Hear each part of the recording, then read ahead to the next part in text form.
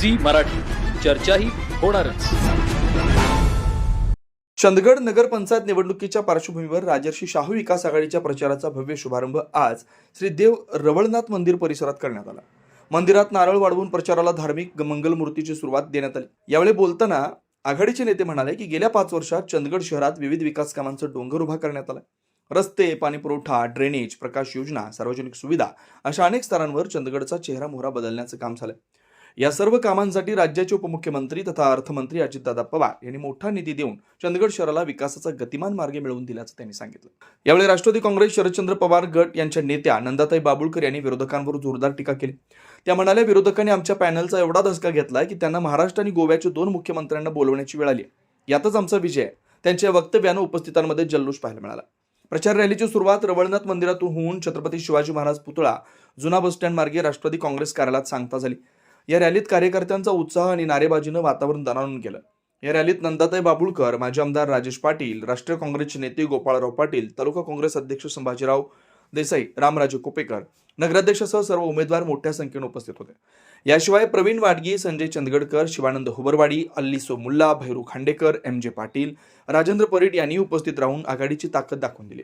चंदगडमध्ये वाढता राजकीय तापमान आणि राजर्षी शाहू विकास आघाडीचा जोरदार प्रचार या पार्श्वभूमीवर नगरपंचायत निवडणूक रंगतदार होण्याचे संकेत या रॅलीने दिलेत। सी मराठीहून ज्ञानेश्वर पाटील, चंदगड। प्रचाराचं नियोजन आमचं भर प्रत्येक व्यक्तीला भेटण्यावर राहणार आहे। वॉर्ड टू वॉर्ड, घर टू घर, माणूस टू माणूस हे प्रत्येक उमेदवार भेट घेईल आणि त्यांचे नेते म्हणून आम्ही प्रत्येक मतदारापर्यंत पोहोचण्याचा एक प्रामाणिक प्रयत्न करत आहोत। गेल्या 5 वर्षात किंबहुना गेल्या 10 वर्षात जी काही कामं चंदगडमध्ये झालेली आहेत, म्हणजे ह्या गावाचं एक रूप शहरामध्ये करण्यात सर्वांचाच हातभार आहे। स्वर्गीय बाबासाहेब कुपेकरांपासून असेल किंवा आईसाहेबांच्या काळात असेल आणि नंतर राजेशदादांच्या काळात असेल, एक प्रामाणिक प्रयत्न या चंदगड शहरासाठी केलेला आहे। पण अजूनही बऱ्याच समस्या, विशेषतः आरोग्याची असेल, वाहतूक कोंडी असेल किंवा इतर शिक्षणाची मुलांच्या व्यवस्था असेल, घनकचऱ्याचा असेल, स्वच्छ पाण्याचा असेल, अजून बरेच प्रश्न तिथं सोडवणं बाकी आहे।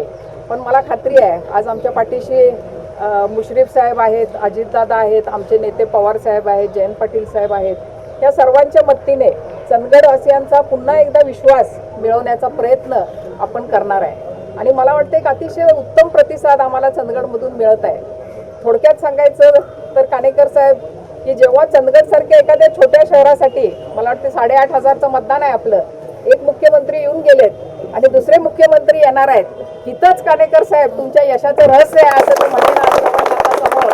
विरोधकांनी आपल्या या आघाडीचा एवढा धसका घेतलेला आहे की 2-2 मुख्यमंत्र्यांना चंदगडमध्ये यावं लागतंय आणि त्यामुळं आम्ही मात्र जनतेमधून लोकांच्यापर्यंत पोहोचून या यशापर्यंत पोहोचायचा प्रयत्न करणार आहे आणि रवळनाथाच्या चरणी माझी प्रार्थना आहे की हे प्रामाणिक काम करणाऱ्या या सामान्य कार्यकर्त्यांना, या लोकांना या चंदगड नगरीची सेवा करायचा आशीर्वाद रवळनाथ देऊ देत आणि आमच्या या आघाडीला विजय देऊ देत, हीच प्रार्थना करण्यासाठी आम्ही सर्व